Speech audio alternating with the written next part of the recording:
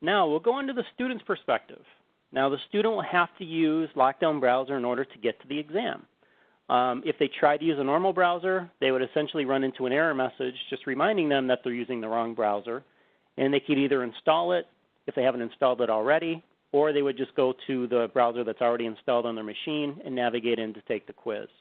The installation of the browser is a web link.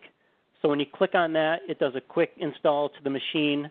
It's a one-time install. You never have to do it again once it's there. But this is going to be the browser that you will use for both tools. So what you'll do is you'll click on the browser, and it will take the student directly to your Canvas site. So the nice thing is students don't need to memorize your Canvas URL. It just automatically takes them there. Then what they'll do is they'll log in with their Canvas credentials. They'll go into the course that they're enrolled in. We'll just select this course here. They'll go to the quizzes link, and then they'll identify the quiz that they need to take. You can see it's this one at the bottom here. When I click on that, I'm going to take the quiz.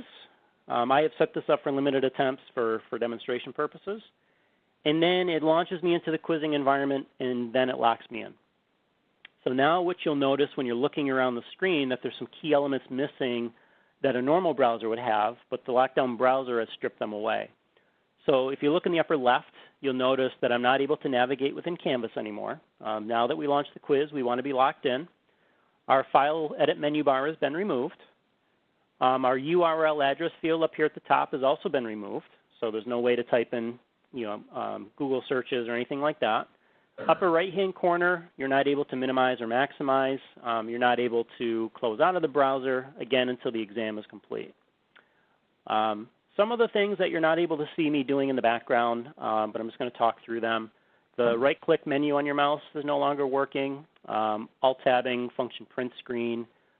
Dual monitors are blocked. It will actually detect if there's two screens plugged in and shut down the other screen. It will detect virtual environments. Sometimes students will run a PC emulation program on their Macs, so they could toggle back and forth between operating systems. So that will detect that and shut it down too. So whatever you can think of in terms of quick launching or a quick keystroke combination that you could do to share information is being blocked while the browser's in place. But what the browser does not do is it does not change or modify any Canvas quiz settings. So everybody has a particular way of how they like to set up a quiz.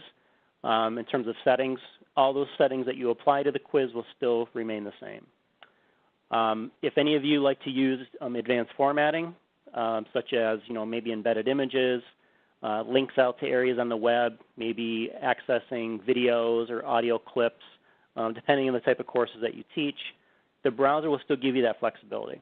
So I'll show you a couple of examples that I have in here. Question number one is just a simple true-false question.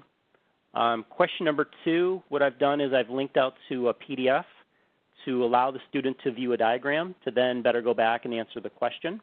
What it basically will do is open up another tab at the top so I can toggle back and forth if I need to review the diagram to then go back and answer the question. And again, if I need to get rid of this, I just click off the tab and it goes back to the quiz. You can also link out to the web. So you'll see in my question number 3, I have a link at the end of the question to a picture on the web. Now what this will do is open up another secure window on my computer. So as you can see, we're in a Wikipedia page. Obviously under normal circumstances, this is not a very good place to be for obvious reasons. But since we're in the browser, all the links on this page are being blocked. You'll even see a little indicator up here in the upper left in red that the link is blocked. So no matter what I try to do, use these search functions, click on any of these links, none of them are working. They're basically all dead links. I could go down the page and try to look up answers, but there's nothing that's working. So again, this is just a very unique way to maybe point your student to an image. Maybe you want to take them to a YouTube video. Again, we would block all recommended videos on the page. Maybe you want to listen to an audio clip or link out to a passage on the web. Whatever it may be, you could still do that. So when I'm done with that, I can exit out, answer my question, go down and finish off the assessment. Again, you can use a word editor down here if you need to. And again, if you want to use a calculator, it is embedded in this toolbar up at the top. There's not much to the toolbar, but there are certain functions available. If you click on the eye icon, you can actually change the zoom level if you want to. So if students require, zoom text or those different types of tools, you can increase the font size. And you can also access that calculator up here too. So if you need to work out whatever type of equation that's required, you can do that here and then toggle back and answer the question. Okay, so I know I'm not able to leave the environment. I know I have some flexibility in terms of going other places if the instructor wants me to. So now the only thing for me left to do is to submit the quiz. I go ahead and do so.